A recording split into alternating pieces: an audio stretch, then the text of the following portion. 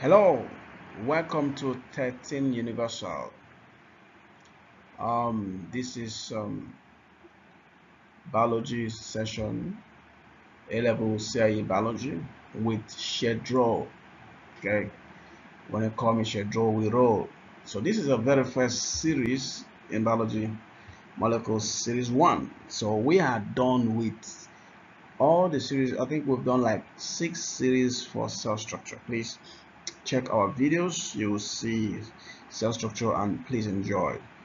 They are just self-explanatory, easy to understand, you know, loaded with a lot of nudges and tips on how to crack questions on cell structure, both for microscopy and normal cell structure. So for today, we're going to be looking at questions on biological molecules, starting from the basics. Okay, and this is our first question. But please, I just want to say this. All right, that all our questions are from CIE, past CIAE, past questions, Cambridge A-level examination. That's where we got it. Okay, and of course, this is solved questions and answers. All right. So the first question says, X and Y show the structures of two hexose sugars. Now, hexose sugars are there are 6 carbon sugars. Okay, and if you check each of them, 1, 2, 3, 4, 5, 6, 6. Okay, 1, 2, 3, 4, 5, 6. They're all hexose sugars. Okay, so this is carbon 1, carbon 2, carbon 3, carbon 4, carbon 5, carbon 6. We start from the same thing here. All right, so I want you to pause the video and then find out the difference between this and this. Just pause the video and find out the difference between this molecule Y and molecule X. Is there any difference between them? They look so much alike. Please do that and then you come back. All right, the question goes, says, which statement is correct? X is found in amylopectin. Now, amylopectin is a polymer of alpha glucose. Okay, so there are 2 isomers of glucose. We have the alpha glucose and the beta glucose. Now if you check the alpha glucose, if you look at this, this is the ring structure of glucose, the same way here. So the difference is that alpha glucose, if you go to the first carbon atom, this first carbon atom here, okay, this first carbon atom, all right, the OH attached to this first carbon atom. Okay, the OH attached to that first carbon atom, the OH attached, this OH attached to first carbon atom, right? That OH is below the plane of the ring structure. This is the plane. If you divide this structure into 2, this is the plane. So the OH attached to this carbon 1, this is carbon 1. The OH attached to it is below. So that's why we call it alpha glucose. Now if you look at that, you look at this particular one, this is also carbon 1. All right, this is the plane of this ring structure. You can see this is the plane. The OH attached to carbon 1 here is above the plane of the ring structure.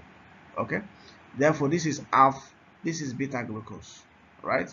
So X is beta glucose, Y beta glucose. You know beta, okay, beta glucose, because the OH attached to the first carbon atom is above the plane of the ring structure, while Y is alpha glucose.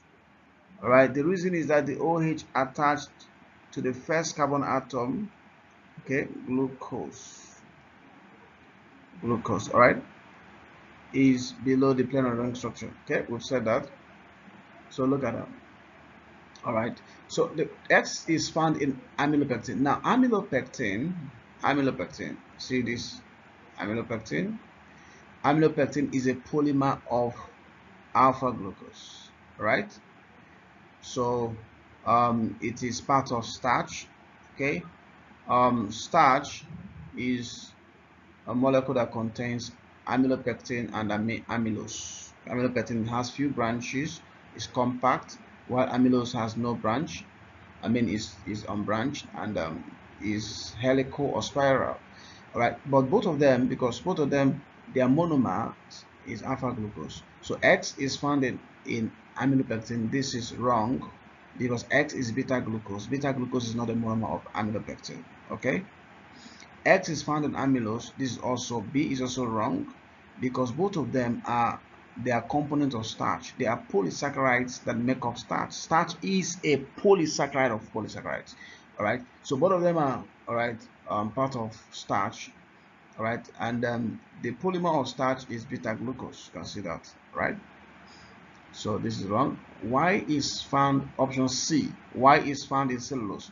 Well, cellulose is a polymer of beta glucose, right? So C is wrong because beta glucose is the subunit that make up cellulose, right? D says Y is found in glycogen. Yes, correct. So glycogen has the same monomer as starch, okay, and that monomer is alpha glucose. And why is alpha glucose? Because the OH attached to the first carbon atom is below, all right, the plane of the ring structure. Okay, so our answer is D. Yes, so you can pause the video and then okay try to solve the question again or listen to the class to the explanations again. Don't forget that this is from 13 Universals. You can go share this video, like it, and make comment. Let's go to the next question quickly. We'll spend time on this question. All right. Number 2 says, which features enable an organism to be identified? Now this is wrong. This is a cell structure question. This is all right wrong. This is where the question for this is where the question starts. It says, which of the molecules could be represented by this formula? This is the formula.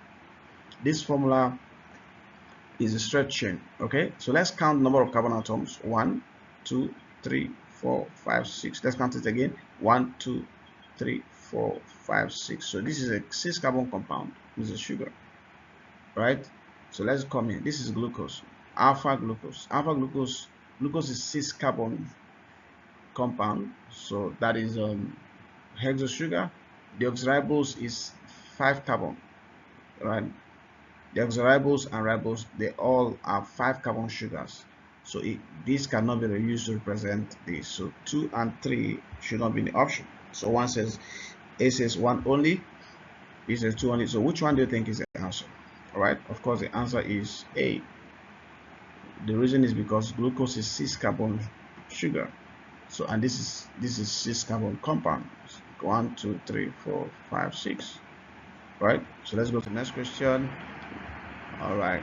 Question 3 says, what occurs when sucrose is broken down to monosaccharide? Okay, look, these are the options. Okay. Now, when sucrose is broken down, don't forget, guys, that sucrose is a disaccharide. Right? Sucrose. All right. Sucrose. Let me represent sucrose using S. Sucrose, I use S to represent it. Oh, sorry. Sucrose, disaccharide. All right. If you add water to sucrose, okay, add water to S. S is sucrose. Add water to it. You hydrolyze it. Okay. It will give you 2 monosaccharide. One is glucose. I'll use G for glucose. And the other one is fructose. I'll use F for fructose. Okay. So this fourth reaction is hydrolysis. Right. That's reaction 1 is hydrolysis. So hydrolysis, we are breaking down sucrose. Sucrose is made up of 2 hexose sugars. It's a disaccharide. So you add water to it, okay, heat it, of course, add other reagent like enzyme or acid, you're going to have these 2 monosaccharide, glucose and fructose. So you see, but the backward reaction is condensation.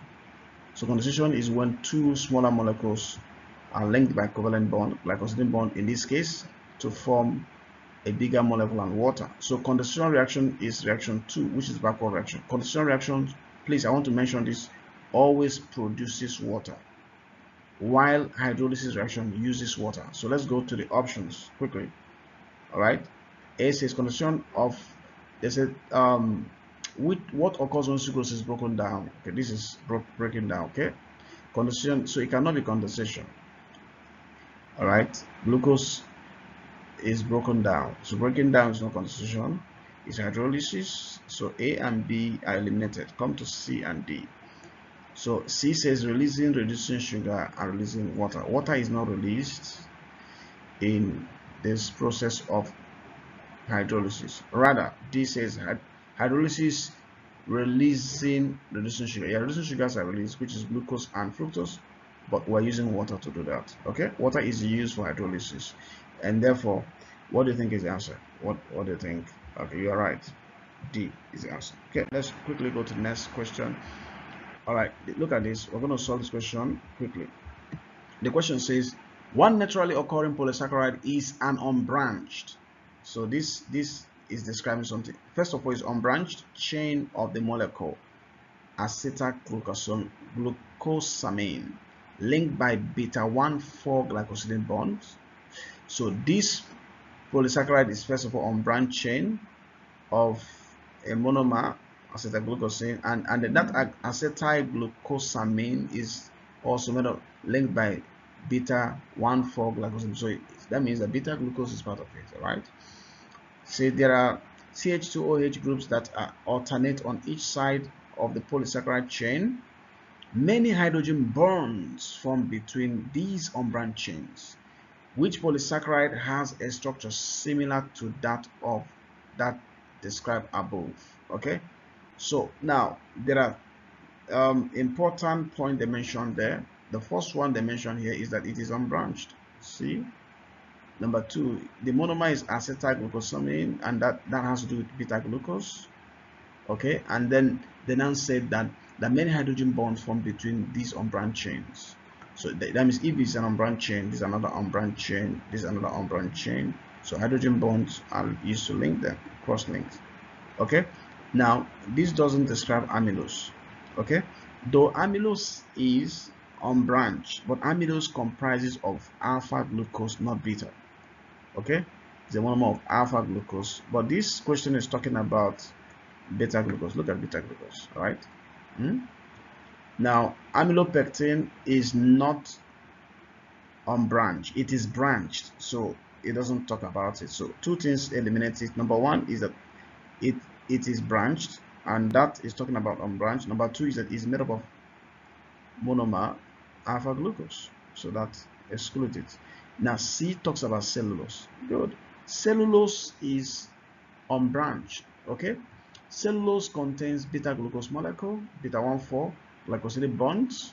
Cellulose consists of hydrogen bonds linking the cellulose molecule. So cellulose molecule, they are linked, they lie parallel to each other. That's how cellulose behave. The molecules are lie parallel to each other, and they are linked by hydrogen bond to form microfibril. So same thing, microfibrils are linked by hydrogen bonds or cross links to form what we call fiber. All right, so the answer is likely C.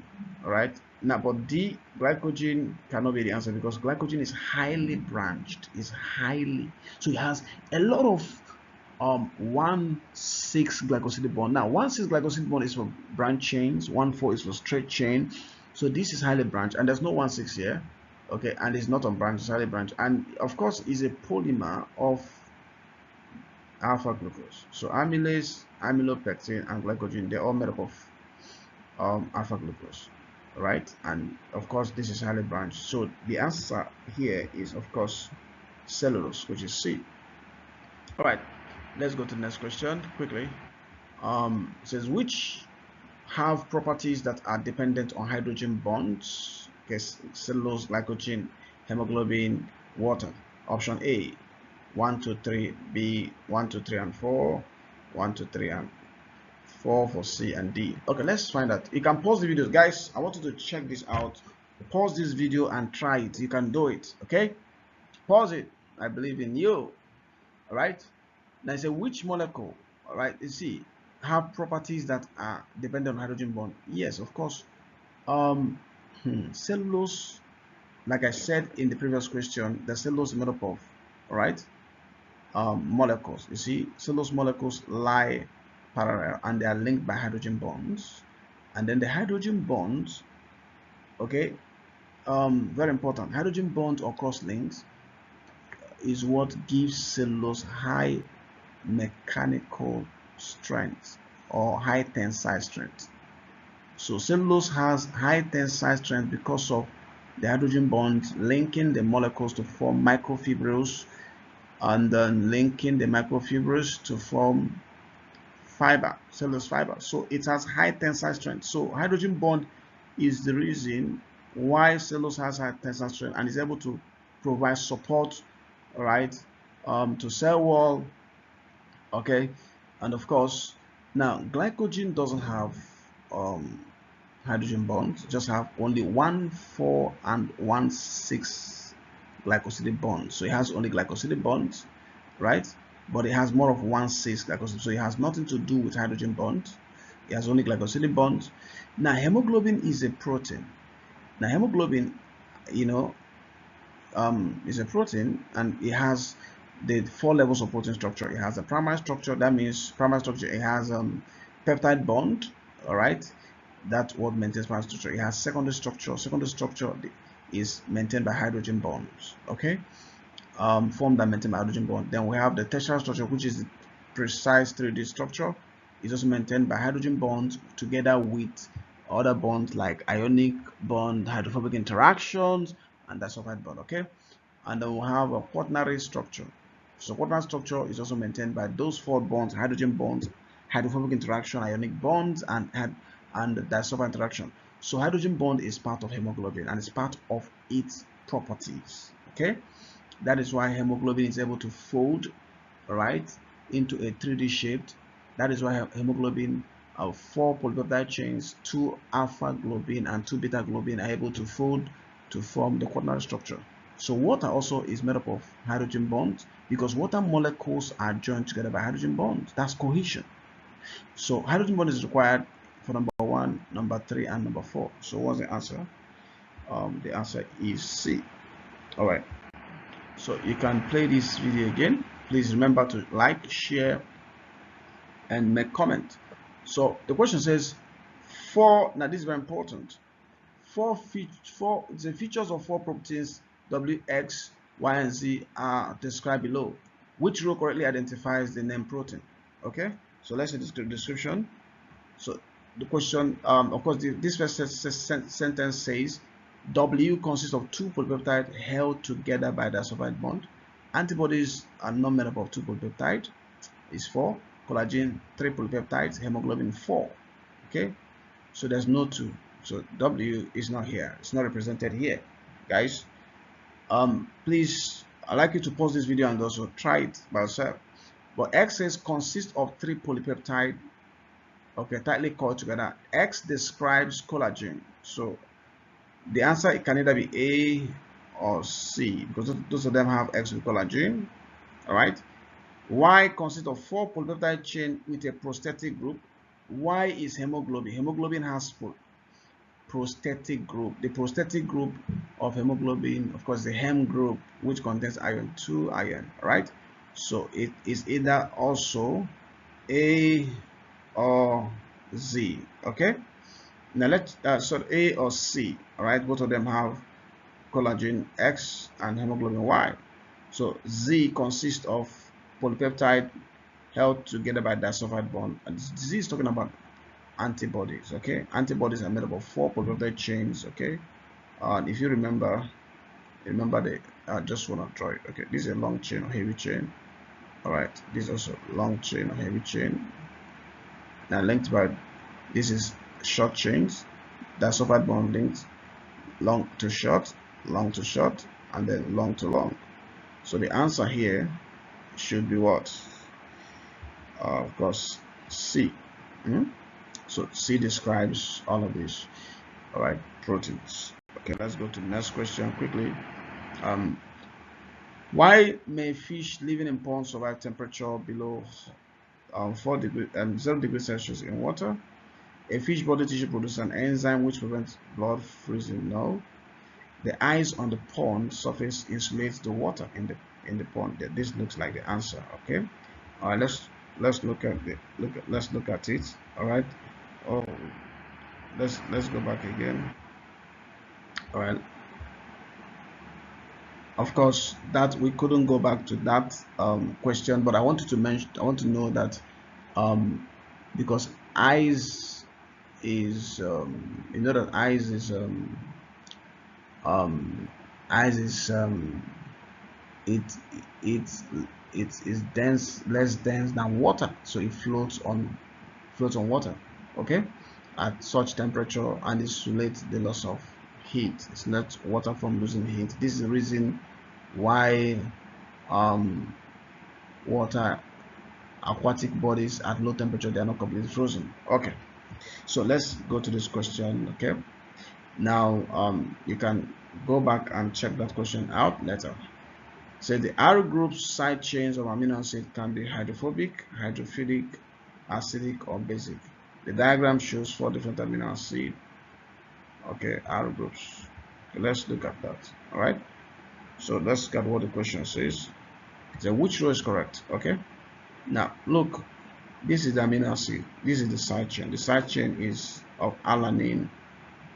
This is a methyl group. Methyl group is hydrophobic.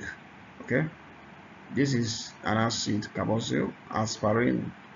Okay, this is carboxyl group, so it should be acidic. All right, aspirin is acidic. Now this lysine, this is amine group. Amine group is basic. OH group, okay, is hydrophilic because they form a hydrogen bond with water. So what do you think is the answer? Which one represents it very well? Of course, A. All right, so this is okay, hydrophilic because it has hydrogen hydroxyl group, aspirin acidic because of carboxyl group, and basic because of amine group. Okay, all right, let's look at the next question, which describes the motion test for the presence of lipids. So add ethanol and shake. That's not enough. Add ethanol, pour into water and shake. Okay, add water and shake. Yes, so which one? So of course it's going to be A says add ethanol and shake. No, you have to pour it inside water. Add ethanol, pour into water. When you add ethanol, pour into water and shake. If lipid is present, it will show white precipitate or cloudy solution emulsion. Add water and shake. No. Add water, pour into ethanol. No, you don't pour water into ethanol. You pour a mixture of ethanol and test solution into water and shake. So the answer should be B. Okay, that is the procedure for that. All right. Number 10 says the structural formula of a carbohydrate molecules can be shown. Okay, I think we've done this. I want you to try this. Okay, try this. All right, so try this. So there's a which of the molecules could be represented by this formula. So which one? Look at this. So just count the carbon atoms. 1, 2, 3, 4, 5, 6. Which of them is 6 carbon? Ribose is 5 carbon. Beta glucose is, okay, 5 carbon. Sucrose is made up of 2 hexoses, so it's 12 carbon. So it is only glucose, right? That can be represented using that, and the answer is B only. All right. So guys, sorry for taking much of your time. This was pretty long question, but thank you for joining this class. Please make sure you kindly leave your questions at the comment section, while you do well to like and subscribe to Tech Universal YouTube channel. Turn on your notification button for prompt notification on our new video. So the new video now is going to be series 2 for biological molecules. Now the difficult level increases as we go in the series, so please stay around. See you. Bye. Thank you. See you later.